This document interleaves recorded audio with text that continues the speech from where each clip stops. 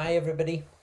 My name's Steve, and I'm a chef. I work for an organisation called Edinburgh Food Social, and we work in Edinburgh teaching young people and communities about good local food.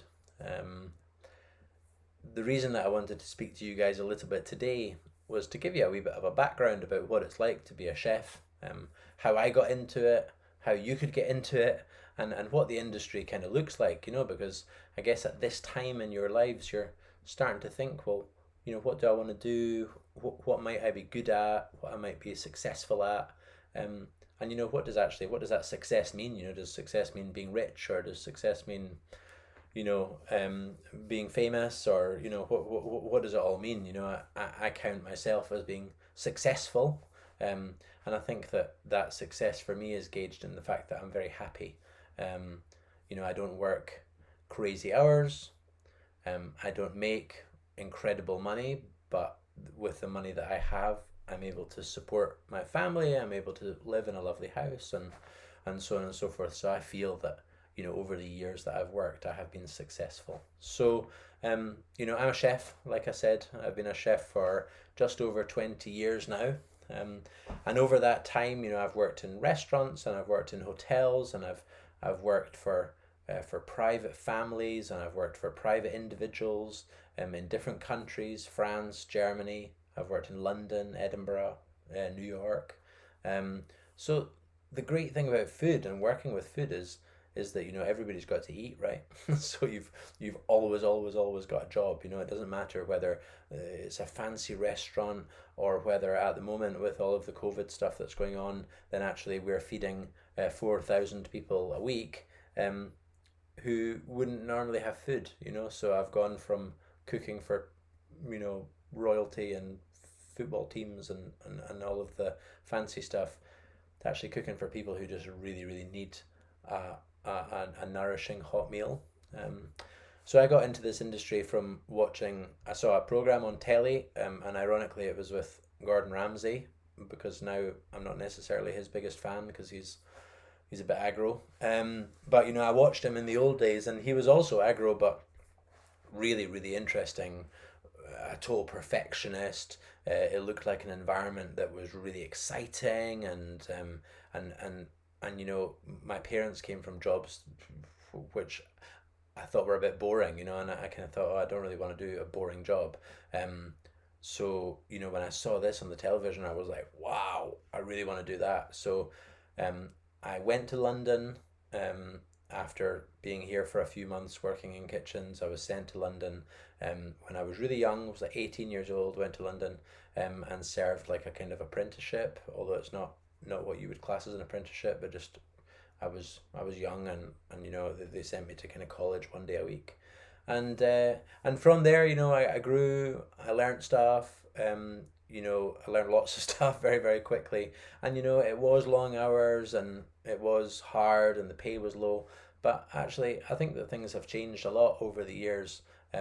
Not only because obviously I am more experienced, and when you're more experienced, you can get paid more money. But also, I think that the way that they used to do stuff can't it can't happen anymore. There's people are calling out that behavior now. They're kind of saying you can't treat people like this anymore, and that's really stopped. So a lot of people within this industry now are incredibly thoughtful, incredibly passionate about what they do. They care about where their food comes from, they care about the people that they're giving it to, and they care about the people that work with them. Because if you treat people badly, then they're going to leave, and when people leave, then you have to train new people, and it's a real hassle. So actually, people are starting to understand that if you're nice to people, then they stay with you, and that is so much better for so many different reasons. So the old kind of the old idea of Gordon Ramsay saying, you're is actually a lot of that's just kind of gone.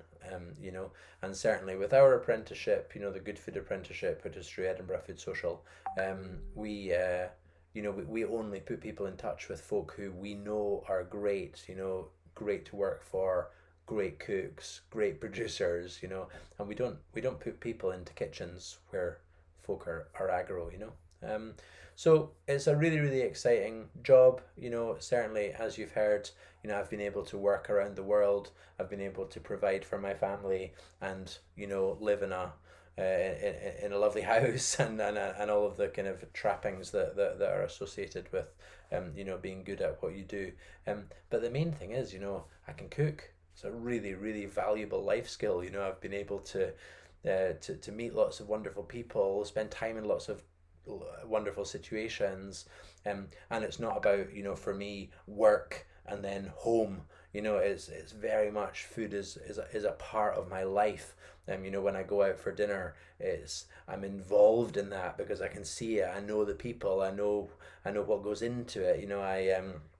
It's just part of my life. When I go on a holiday, eating and spending time, it's this job, very much like perhaps a sportsman or an artist, any sort of kind of creative industry. It really just it consumes all of your life, so there's no strict line between this is work and this is out of work. So, and I think that's really good.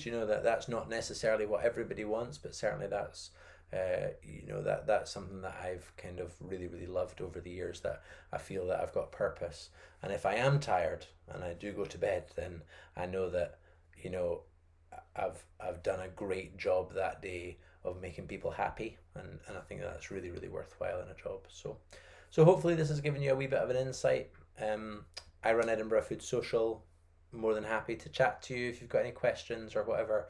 You can reach out to your guidance teachers and to your teachers, but they can put you in touch with me if you want to have a Zoom call, or if you want to email back and forth, or if you want to chat on the phone. I'm always happy to chat to people, and I know that this is quite a challenging time in your life, particularly with everything that's going on around about COVID and stuff. It's very uncertain times. So if you're unsure, all you need to think is that, if you are passionate about something and you love something, then you will be good at it. You will become good at it. And when you're good at something, the sky's the limit. Guys, take care of yourselves, okay?